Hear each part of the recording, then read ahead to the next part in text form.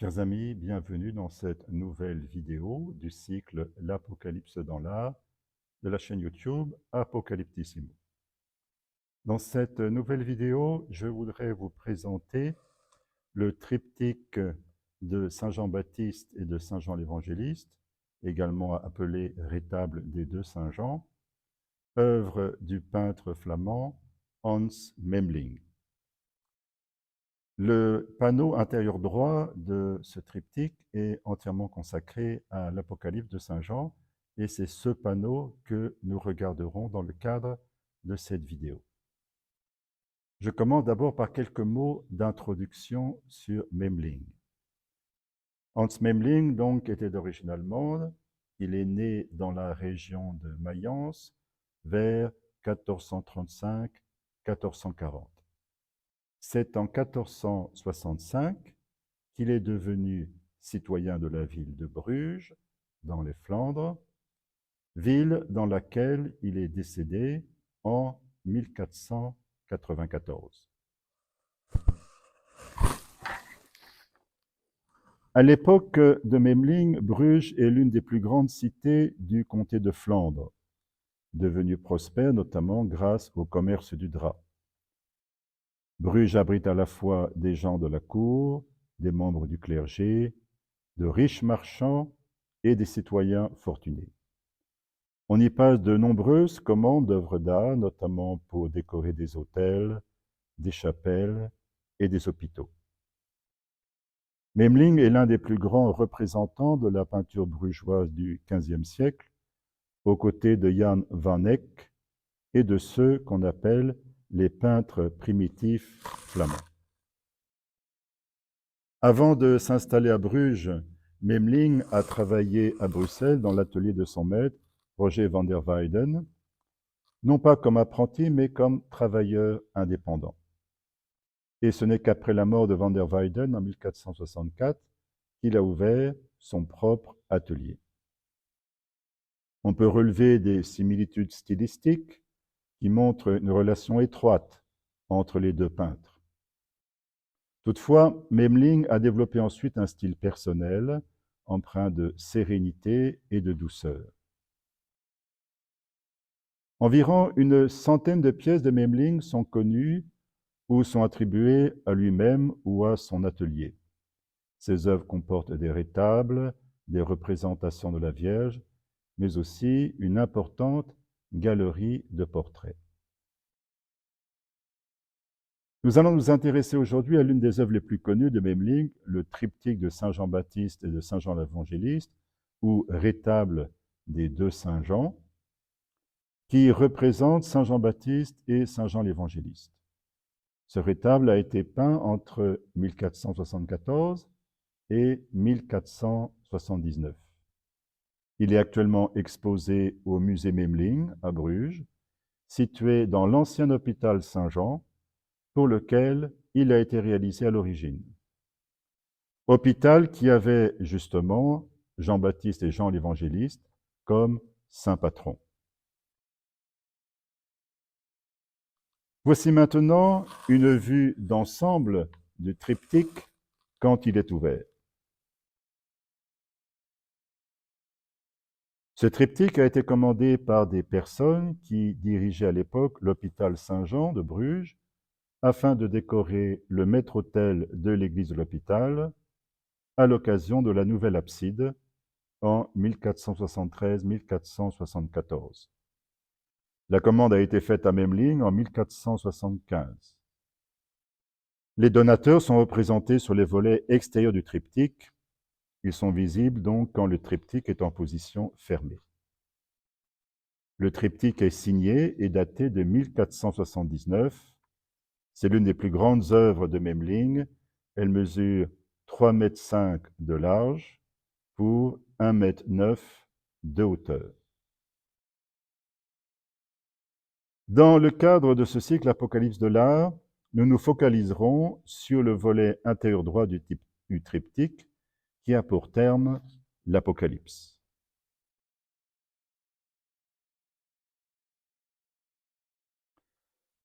Rappelons tout d'abord que l'Apocalypse était représenté picturalement depuis longtemps. en particulier sur de magnifiques enluminures médiévales comme les célèbres Beatus, ainsi appelées parce qu'elles ont été peintes sur des manuscrits du commentaire de l'Apocalypse par Beatus de Liébana au Haut Moyen Âge. En voici un exemple. Au XIVe siècle, nous devons bien sûr mentionner la tapisserie d'Angers, ensemble impressionnant de tapisseries représentant diverses scènes de l'Apocalypse. Elles sont conservées dans le château d'Angers.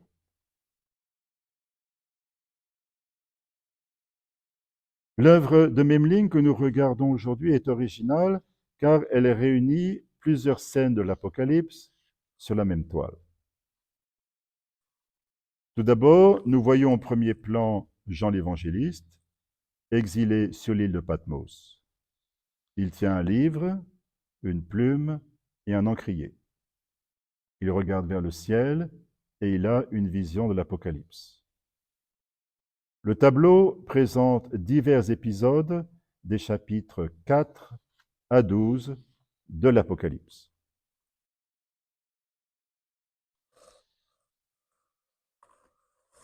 En haut à gauche, nous voyons Dieu le Père entouré d'un arc-en-ciel.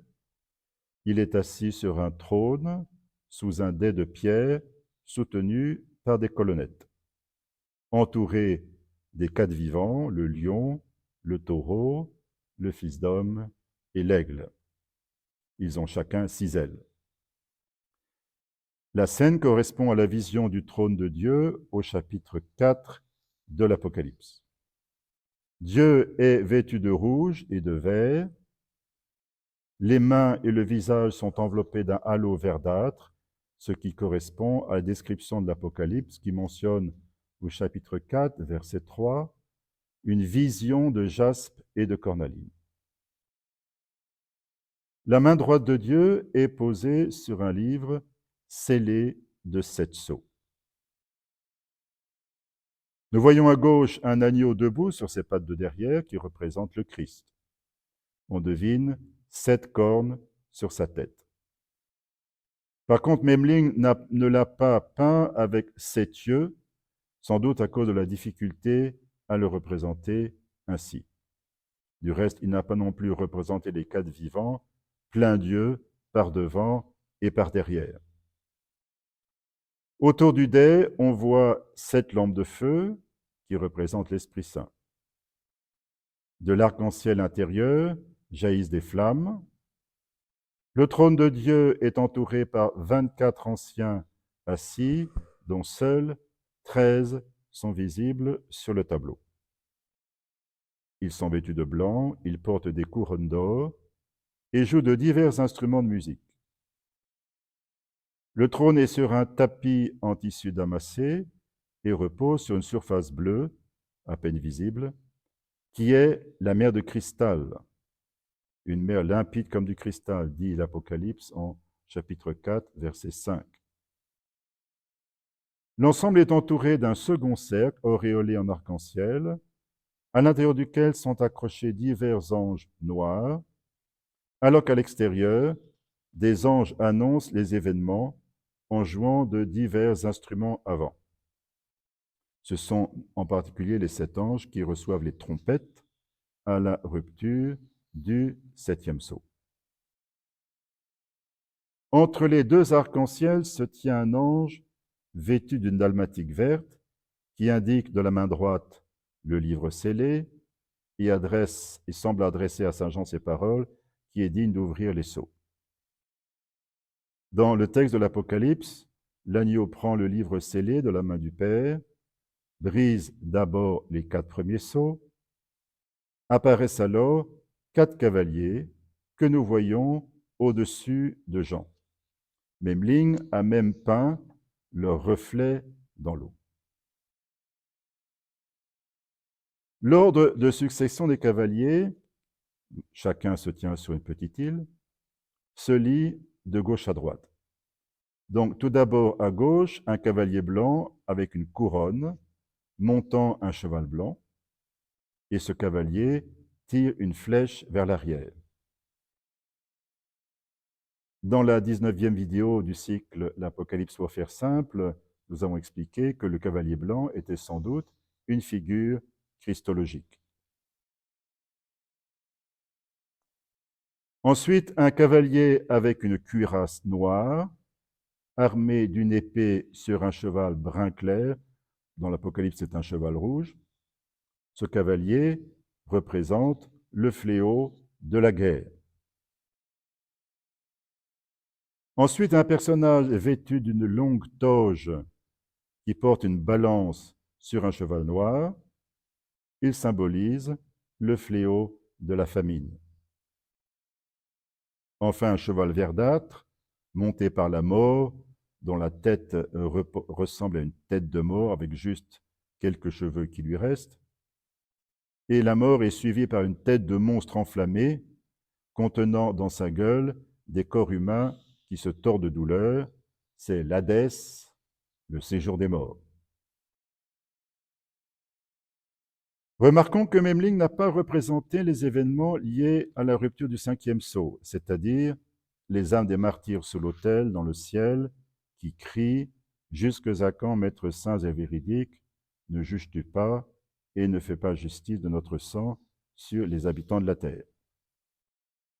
En revanche, Memling a représenté le 6e sceau qui provoque l'éclipse du soleil et la chute des étoiles.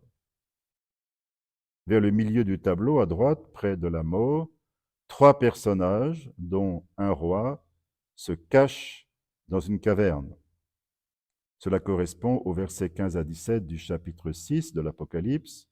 Les rois de la terre et les hauts personnages et les grands capitaines et les gens enrichis et les gens influents, tous enfin esclaves ou libres, ils allèrent se terrer dans les cavernes et parmi les rochers des montagnes, disant aux montagnes et aux rochers, « Croulez sur nous et cachez-nous loin de celui qui siège sur le trône et loin de la colère de l'agneau. Car il est arrivé le grand jour de sa colère, et qui donc peut tenir ?»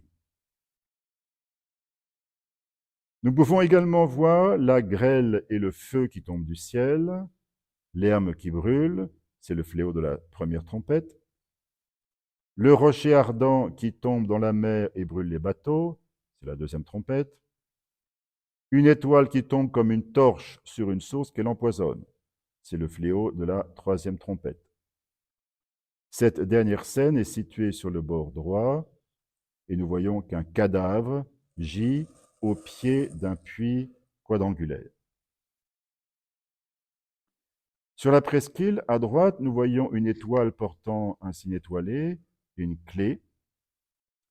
C'est la clé de l'abîme, d'où s'élève de la fumée, d'où s'échappent des sauterelles, représentant sous forme de chevaux ailés, avec des têtes humaines couronnées. L'un des chevaux est monté par Abaddon, l'ange de l'abîme. Il s'agit des événements qui se produisent lors de la sonnerie de la 5e trompette. Enfin, une armée de soldats et de cavaliers. Les montures ont des têtes de lions crachant du feu et des queues à tête de serpent. Ce sont les événements correspondant à la 6e trompette. Nous voyons aussi l'ange colossal du chapitre 10 de l'Apocalypse, enveloppé d'un arc-en-ciel. Ses jambes sont comme des colonnes de feu. Il tient un petit livre dans la main gauche. Après 7 coups de tonnerre représentés comme 7 explosions dans le nuage, au-dessus de l'arc, l'ange lève la main droite au ciel, prononce un serment, plus de délai. Il remet le livre à Jean, qui attend un peu plus loin sur le rivage, les bras tendus. Très haut dans le ciel, la Vierge apparaît avec la lune sous ses pieds et l'enfant Jésus au-dessus d'elle. Elle est menacée par le dragon rouge-feu à 7 têtes qui s'approche d'elle pour dévorer l'enfant à sa naissance, mais l'enfant échappe au dragon en montant vers le ciel. C'est la scène racontée au chapitre 12 de l'Apocalypse. Remarquons que les scènes représentées par Memling concernent les chapitres 4 à 12 de l'Apocalypse, à l'exception du 5e sceau, et aussi de l'épisode des 2 témoins du chapitre 11. Memling n'a pas représenté les scènes des chapitres 13 à 22, notamment la Jérusalem céleste. Cependant, la représentation de l'Apocalypse sous cette forme est une nouveauté dans l'histoire de la peinture. Avant Memling, en effet, on ne connaît guère de représentation où plusieurs tableaux de l'Apocalypse sont représentés simultanément sous les yeux de Jean et sans subdivision. Chers amis, si vous avez l'occasion de passer à Bruges, ne manquez pas de visiter le musée Memling où vous pourrez admirer ce chef-d'œuvre, ce triptyque merveilleux qui nous montre une très belle représentation picturale de l'Apocalypse.